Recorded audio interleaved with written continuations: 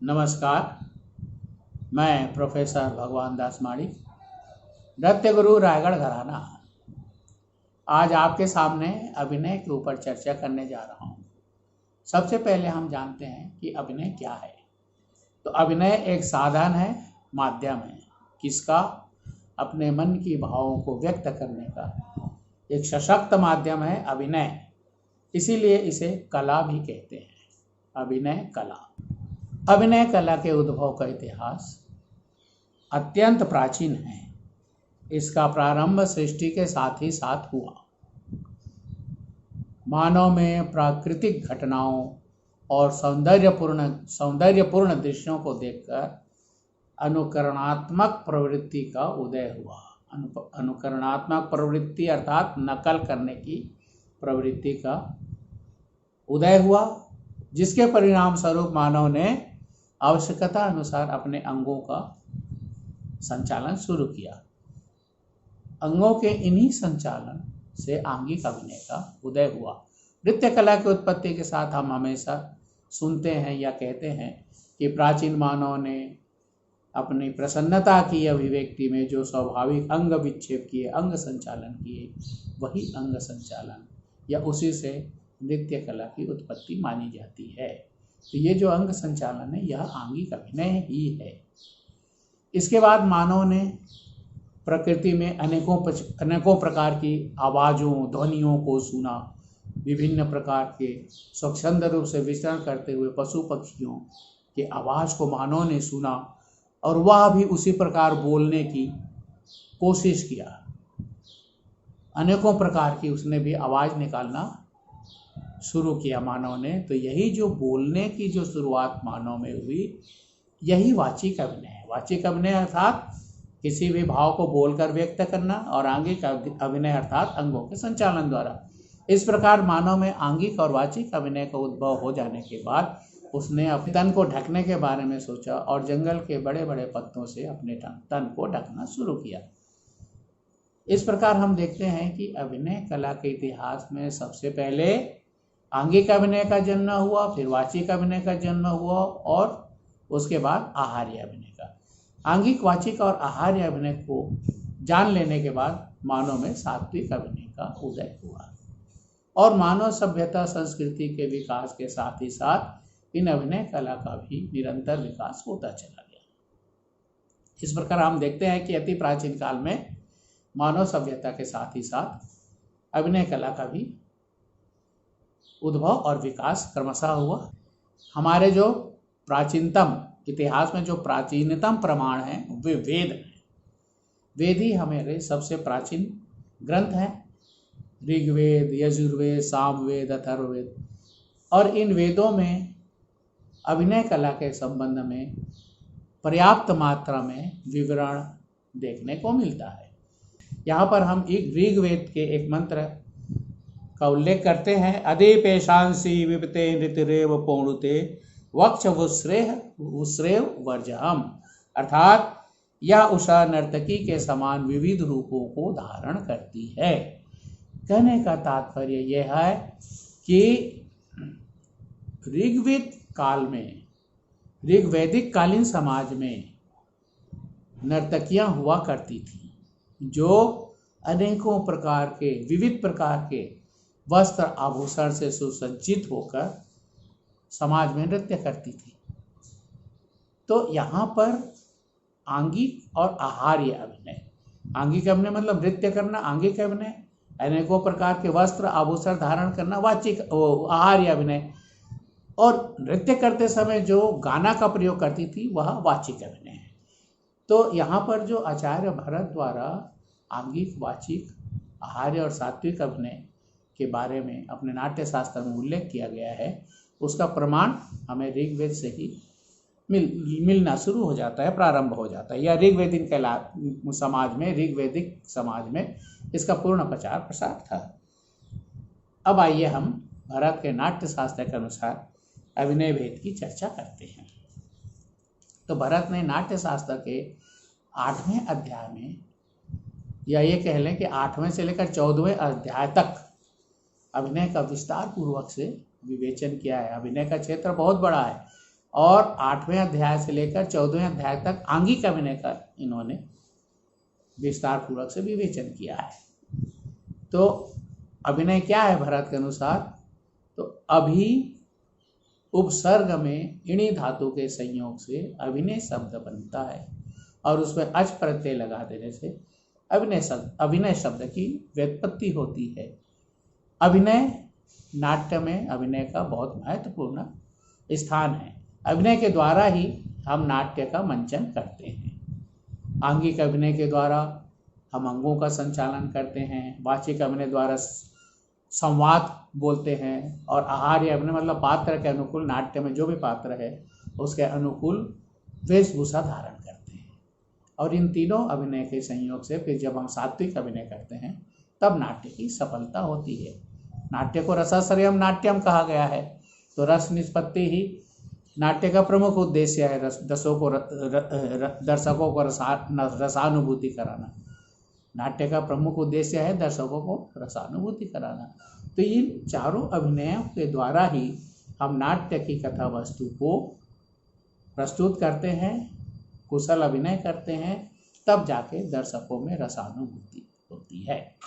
अब आंगिक अभिनय के बारे में आते हैं। कहते हैं आंगिक अभिनय क्या है? तो वही अभी हमने पहले चर्चा की, आंगिक अभिनय का क्षेत्र बहुत विस्तार है, बहुत बड़ा क्षेत्र है।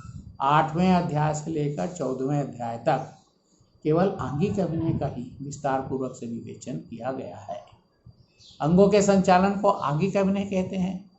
शारीरिक, मुखज और चेष्टा की इसकी 3 शाखाएं भरत ने बताए हैं और अंग और उपांग भेद के अंदर इनको समाहित कर दिया गया है। अंग हमारे शरीर के जो प्रमुख हिस्से हैं, पार्ट्स हैं, भाग है, उसे अंग कहते हैं, जिसमें पहला सिर, दूसरा वक्ष, तीसरा दोनों हाथ, चौथा पार्श्व, 5वां कमर और 6वां दोनों पैर, ये अंग हैं। इसके बाद उपांग, उपांग के भी 6 भेद बताए हैं।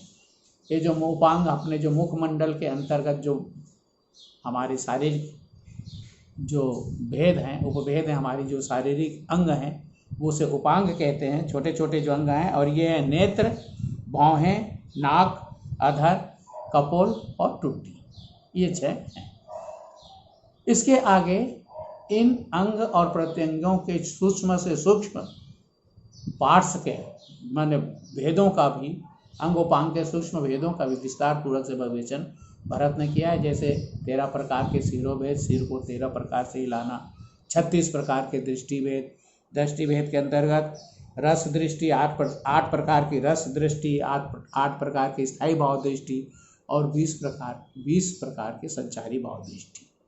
मतलब स्थायी भाव के समय अपनी दृष्टि देखने की स्थिति कैसी होनी चाहिए, रस के समय अपनी दृष्टि कैसी होनी चाहिए और संचारी भाव के समय दृष्टि कैसी होनी। स्थायी भाव जो स्थायी रूप से रहता है, रस जहाँ पे रस निष्पन्न हो जाता है, और स्थायी भाव और रस तक, स्थायी भाव के द्वारा रस को परिपूर्णता प्रदान करने वाले जो हमारे संचारी भाव हैं, उसमें कितनी प्रकार की दृष्टि सी है?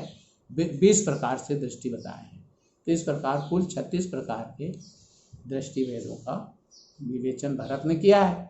इसी प्रकार गिरवा भेद है, नासा भेद है, कपोल भेद है, अधर भेद है, चिपुक भेद है, इन सभी का विस्तार पूर्वक से उल्लेख या विवरण नाट्य शास्त्र के 8वें से 14वें अध्याय तक देखने को मिलता है। तो आइए अब हम वाचिक अभिनय की चर्चा करते हैं। वाचिक अभिनय अर्थात वाणी, संवाद, नाटक में जो संवाद होते हैं वही नाटक का वाचिक अभिनय है। पात्र के अनुकूल संवाद करना, जैसे राम का अभिनय है तो राम के अनुकूल वाणी का प्रयोग करें, संवादों का प्रयोग करें। रावण का अभिनय है तो रावण के अनुकूल संवाद प्रस्तुत करें। कोई स्त्री पात्र का अभिनय है तो स्त्री पात्र के अनुकूल ही, उस पात्र के अनुकूल मतलब संवादों का उच्चारण करना और आंगिक चेष्टाएं करना, मतलब संवादों को उच्चारण करना, ये वाचिक अभिनय है। नाट्य शास्त्र में 15वें से 19वें अध्याय तक वाचिक अभिनय का उच्चारण विधि के बारे में विस्तार पूर्वक से भरत मुनि ने विवेचन किया है। तो नाट्य शास्त्र के 23वें अध्याय में आहार्य अभिनय का विवरण देखने को मिलता है और आहार्य अभिनय मतलब परिधान, वेशभूषा, ऑर्नामेंट्स, आभूषण, ये सब आहार्य अभिनय के अंतर्गत आते हैं। मतलब पात्र के अनुकूल आभूषण और वेशभूषा धारण करना, यह आहार्य अभिनय है। भरत ने इसके 4 प्रकार बताए हैं। पुस्त संरचना मतलब और दूसरा है अलंकार, अंगरचना और सजीव। पुस्त, अलंकार, अंगरचना और सजीव। पुस्त आहार्य का मतलब है रंगमंच को सजाना। नाट्य के दृश्य के अनुकूल अगर जंगल का दृश्य है, महल का दृश्य है या किसी और जगह का दृश्य है, उसके अनुकूल रंगमंच की जो सजावट होती है वह पुस्त आहार्य है। दूसरा है अलंकार। अलंकार मतलब बाहरी आभूषण, जो पात्र के अनुकूल हम माला, फूलमाला, गहने, आभूषण, वस्त्र जो धारण करते हैं, यह अलंकार के अंतर्गत आता है। और वेणी सजाना, ये सब अलंकार के अंतर। और तीसरा है अंगरचना। अंगरचना मतलब रूप, पात्र के अनुकूल रूप का धारण करना। सीता का पात्र है तो सीता के अनुकूल मेकअप होना चाहिए। दुष्यंत का पात्र है तो दुष्यंत के अनुकूल मेकअप होना चाहिए। राक्षस का पात्र है तो राक्षस के अनुकूल मेकअप होना चाहिए। ये सब अंगरचना के अंतर्गत आता है। चौथा है सजीव।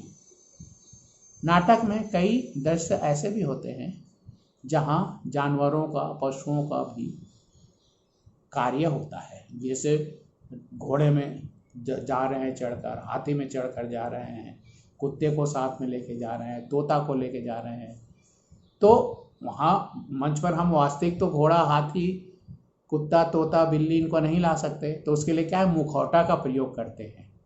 जो मुखौटा लगाते हैं ये सजीव आहार्य के अंतर्गत आता है। इस प्रकार 4 प्रकार के आहार्य भेद हुए। अब इसके बाद आता है सात्विक अभिनय। सात्विक अभिनय क्या है? नाट्य शास्त्र के 7वें अध्याय में भाव के अंतर्गत 8 प्रकार के सात्विक भाव का वर्णन भरत मुनि ने किया है। सात्विक भाव मतलब सात्विक में जो सत्व है, सत्व का मतलब होता है मन। मन में अनेकों प्रकार के जो हमारे विकार होते हैं, भाव आते हैं, उसकी जो अभिव्यक्ति होती है उसको हम सात्विक अभिनय कहते हैं। अब ये हम नाट्य की दृष्टि से देखेंगे, हमारी लौकिक दृष्टि से नहीं देखेंगे कि नाट्य में जो अभिनय की चरम सीमा होती है, अभिनय की जो सफलता होती है, पूर्णता होती है, जिसमें रस को रसानुभूति होती है, वह सात्विक अभिनय है। पात्र क्या है, उसके साथ वो घटनाएं घटित नहीं होती हैं, लेकिन वह सशक्त अभिनय करता है। जो भी अभिनय उसको दिया जाता है उसका अभिनय करता है, और जब वो सात्विक अभिनय करता है तभी रसानुभूति होती है। और सात्विक अभिनय के 8 प्रकार क्या हैं? स्तंभ, रोमांच, स्तंभ, स्वेद, रोमांच, स्वरभंग, बेपथु, वैवर्ण, अश्रु, प्रलय। पहला है स्तंभ, स्वेद, रोमांच, स्वरभंग, वेपथु, वैवर्ण, अश्रु और प्रलय। तो आइए सबसे पहले हम देखते हैं स्तंभ क्या है। स्तंभ मतलब जड़त्व। पात्र अभिनय कर रहा है और कोई ऐसा उसमें उसको सीन दिखाना होता है जहाँ एकदम ठिठकना, ठिठक कर रह जाना, ये स्तंभ है। दूसरा है स्वेद। स्वेद मतलब पसीना आना। कोई ऐसा दृश्य आ जाए कि डर के मारे पसीना पसीना हो जाए, और कोई भी ऐसी अपने का अभिनय करना है, मान लीजिए अपने सामने अभी शेर आ जाए तो हम एकदम डर के मारे पसीना पसीना हो जाएंगे, अपनी धिग्गी बन जाएगी। लेकिन नाटक में ऐसा नहीं है। नाटक में तो आपको प्रसंगवश ये अभिनय करना पड़ेगा। तो स्वेद आना या पसीना आना, ये स्वेद है। रोमांच, रोंगटे खड़े हो जाना, ऐसे अभिनय कीजिए कि रोमांचित हो जाए, एकदम रोंगटे खड़े हो जाए। स्वरभंग, स्वरभंग मतलब गले की आवाज भर्रा जाना, थरथराना, ये जो है ना, ये सब स्वरभंग के अंतर्गत आता है। वेपथु मतलब कपकपी, एकदम कपकपाहट आना। अभिनय के द्वारा इतना कुशल अभिनय करें कि दृश्य के अनुकूल हम कपकपी आ जाए हमारे अंदर। चेहरे का रंग उड़ जाना, ये वैवर्ण, वैवर्ण मतलब चेहरे का रंग उड़ जाना, एकदम फीका सफ़ेद पड़ जाना, झकफक हो जाना, ये वैवर्ण है। अश्रु, एकदम अश्रु बहने लगना, करुण दृश्य करते समय जब कोई शोक का दृश्य आता है तो आंसू बहाना। और लास्ट अंत में है प्रलय, मूर्छा आ जाना, अचेत अवस्था में आ जाना। तो इस प्रकार का जो अभिनय नाट्य में किया जाता है वह सात्विक अभिनय है। इस प्रकार हम देखते हैं कि नाट्य में आंगिक, वाचिक, आहार्य और सात्विक अभिनय की प्रधानता है और इन्हीं अभिनयों के द्वारा नाट्य की कथा वस्तु में रस की निष्पत्ति की जाती है।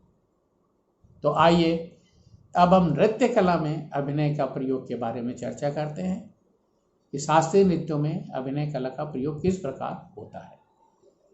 आचार्य नंदिकेश्वर ने अपने अभिनय दर्पण के प्रथम श्लोक में ही अभिनय की उत्पत्ति नृत्य के अधिष्ठाता नटराज भगवान शिव से बतलाई है। वे कहते हैं, आंगिकम भुवनम यस्य वाचिकम सर्ववांगमयम आहार्य चंद्र तारादितम नुमा सात्विकम शिवम। अर्थात आंगिकम भुवनम, इस भुवन के जितने भी क्रियाएं हैं, चल अचल, वो सब भगवान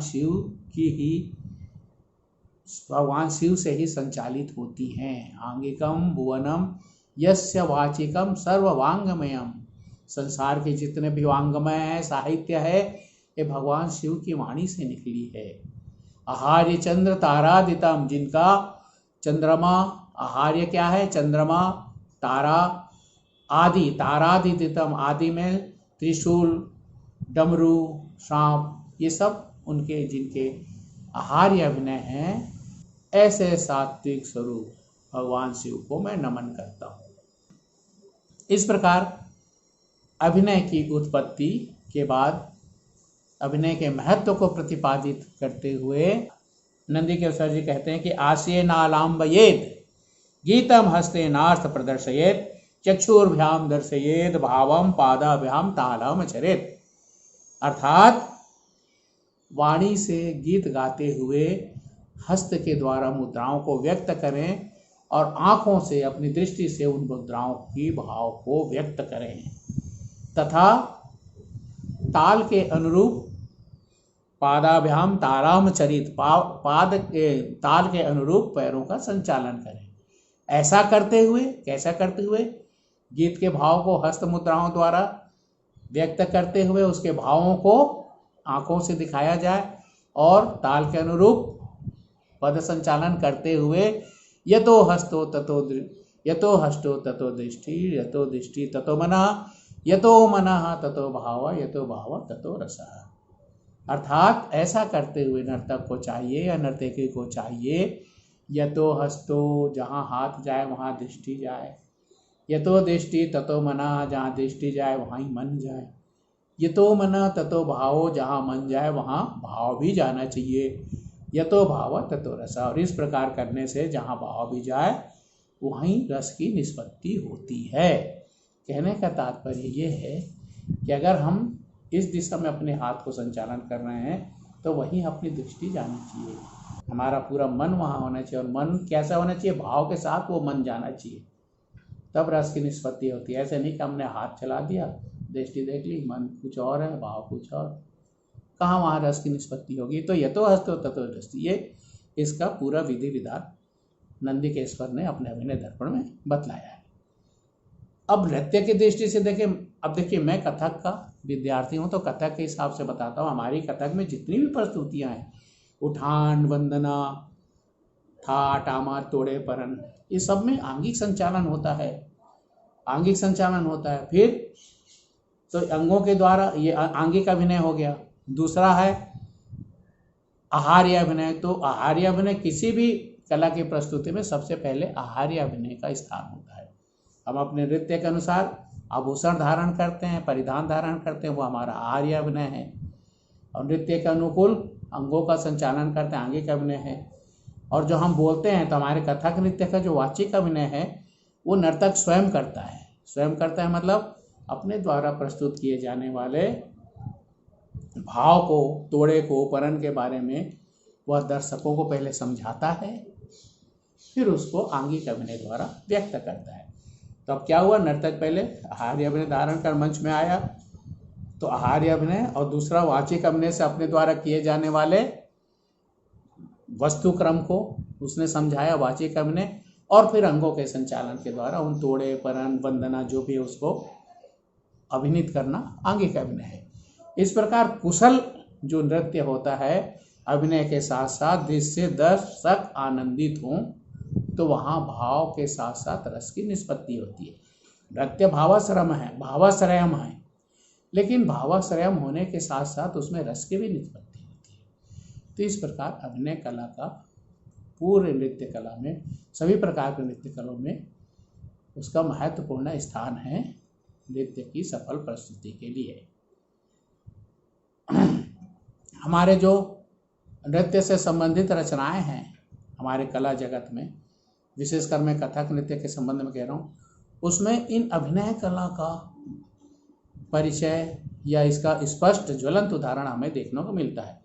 मैं एक ठुमरी, रायगढ़ घराने का एक ठुमरी, हमारे रायगढ़ के राजा चक्रधर सिंह जी हैं, उन्होंने भाव प्रधान अनेकों रचनाएं की हैं, तो उनके द्वारा रचित एक ठुमरी मैं आपको बतला रहा हूँ, जिसमें उन्होंने कितनी खूबसूरती के साथ इन अभिनय कलाओं का समावेश किया है। ठुमरी कुछ इस प्रकार है।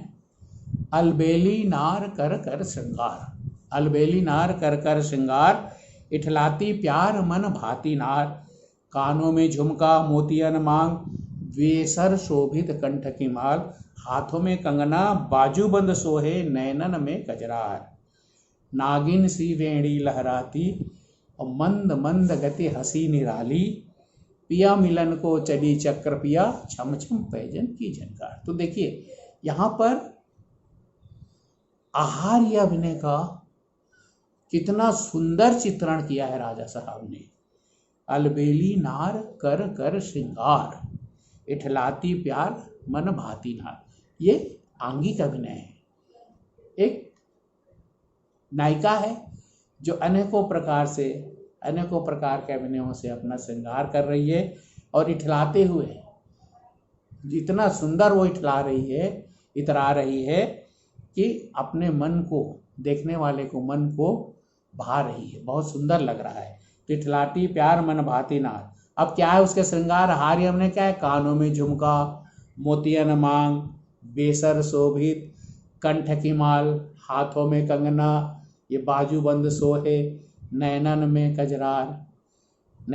कजरार, और उसके बाद है नागिन सी वेणी लहराती, मंद मंद गति, यह आंगिक अभिनय है। मंद मंद गति, किस प्रकार से वो अपने अंगों का संचालन लास्यपूर्ण, विलासपूर्ण ढंग से करते हुए जो जा रही है, मंद मंद गति हंसी निराली, और वहीं बीच बीच पे खिलखिलाकर हंस भी रही है धीरे से। तो ये आंगिक अभिनय है, ये आंगिक अभिनय है। वाचिक अभिनय खिलखिलाकर हंसना, मंद मंद गति चलना आंगिक अभिनय, और ये सारे श्रृंगार मैंने बताया वो आभूषण, वो जो है आहार्य अभिनय। और पिया मिलन को चली नार, ये अभिसारिका नायिका का चित्रण किया है राजा साहब ने। पिया मिलन को चली चक्र पिया कहते हैं कि इस प्रकार बन ठन कर वह नार अपने पिया से मिलने जा रही है। पिया मिलन को चली चक्र पिया, छम छम पैजन की झनकार, उसकी जो पैजन की झनकार है, छम छम छम छम, वो लोगों को बरबस ही अपनी तरफ आकर्षित कर रही है। तो देखिए नायिका के जो हाव भाव, इठला कर चलना, उसके पायल की झनकार जो दर्शकों को आनंदित कर रही है, तो ये सब सात्विक अभिनय के अंतर्गत आता है। तो एक ही भावगीत में राजा साहब ने चारों अभिनय को बड़ी खूबसूरती के साथ दिखाया है।